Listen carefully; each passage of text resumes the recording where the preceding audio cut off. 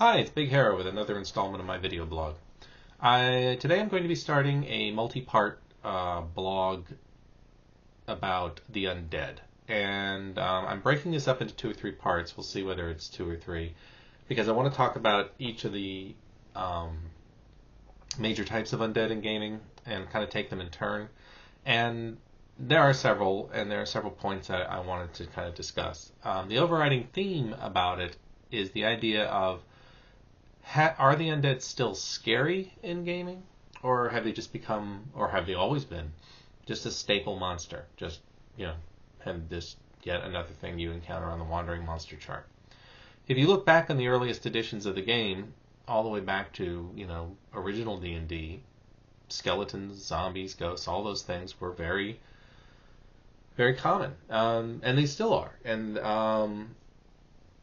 I don't think that's ever really left the Dungeons and Dragons game. And on other games, it varies, but in classic fantasy gaming, I think that's been true for a long time.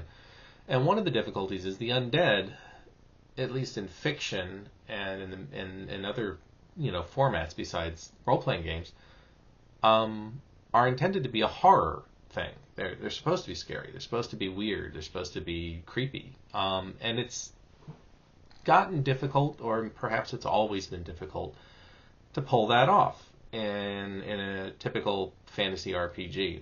At least the alienness of the undead, the wrongness of the undead. It's a tough sell.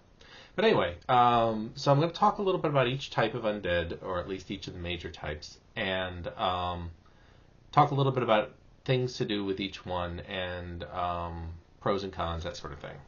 So we're going to go ahead and get started. Okay, first up, let's talk about zombies. Let me go on the record.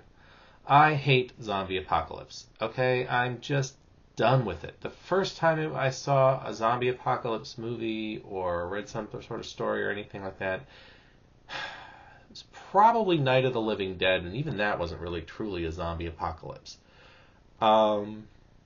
It was cool, it was scary, it was all those things, that's fine, but it has just gotten done to death, and let's just give it a rest, okay?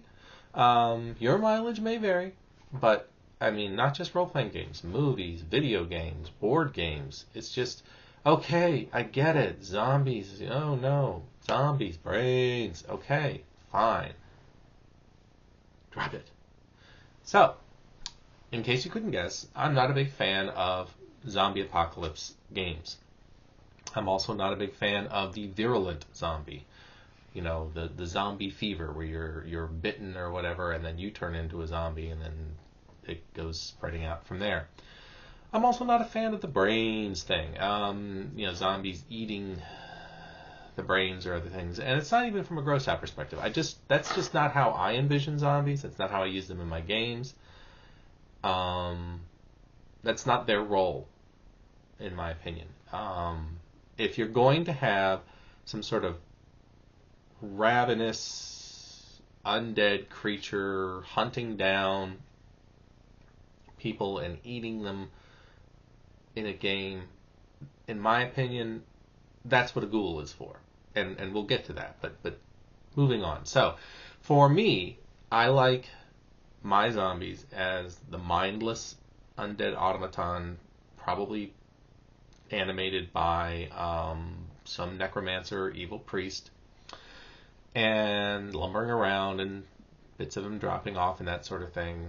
And that may be a little bit boring, but I just see that as their role. And if you look at classic versions of the rules, especially my preferred rule sets like the Molde Basic Expert or Labyrinth Lord Retro Clone, zombies are very slow. Then in some versions of the rules, by default, they attack last. Everything else happens in the round, and then the zombies get to attack. They're that lumbering or whatever. But for a low-level monster, they do a good bit of damage, and if you're talking about a low-level party with a cleric, the odds of turning them isn't certain. You get a good chance, but it's not a gimme. So that's how I envision zombies. So the question there is, how do you make them creepy and scary and stuff like that? Well, it's difficult because, at least over the last couple of years, zombies have been so cliche. They've become so common, and you have things like here in my town at Halloween, they have zombie walks, and they do this all over the country. But people put on the zombie makeup, and they'll walk around with, like that and everything, and it's good fun. It's Halloween. I have no problem with it. But I'm saying that when you have a creature, a monster, or something like that that has reached that point of saturation, what do you want to call it? It's tough to make it fresh. It's tough to make it scary. And I think some of the ways to do that is, and this holds true in a lot of cases for this topic. Remember, they're not alive. If they're undead, they're dead. I mean, you know what I mean. Surprise the players with them. Have them pop out of a pool of water where they've been lying for days, because they don't have to breathe. You don't have to eat. They just wait, and have them standing perfectly still in some shadowy alcove. They don't radiate any heat. They don't have a body temperature. Infravision isn't going to work. They might be a bit whiffy, but you're in a dungeon. It's going to be stinky of mildew and everything anyway. Sheer numbers is scary if you have like a whole cemetery that's starting to come up, but then you're getting into that a little bit into that zombie apocalypse thing. You can avoid that a little bit by avoiding the whole brains and zombie virus and all that kind of stuff. But it's a thin line. So that's some ideas. There's another idea I thought I'd throw out here, and that is the voodoo zombie, which is a little bit different, at least the way I use the term. And that's the idea of having someone sort of cursed with being a zombie. And I think that's sort of an interesting idea. Sort of almost like they're haunting, but they're haunting inside a body. That might be kind of interesting too, like a zombie with a purpose. Anyway, so that's zombies. All right, onwards and upwards, or at least over. Next up, we're going to go ahead and deal with another classic, skeletons. I love skeletons. I mean, I just sat there and trashed the whole zombie things, but frankly, you know what? If you took all the movies and all the video games and all the TV shows that are just riddled with zombies right now, and you put skeletons in, I'd love them. It's not fair, but it's true.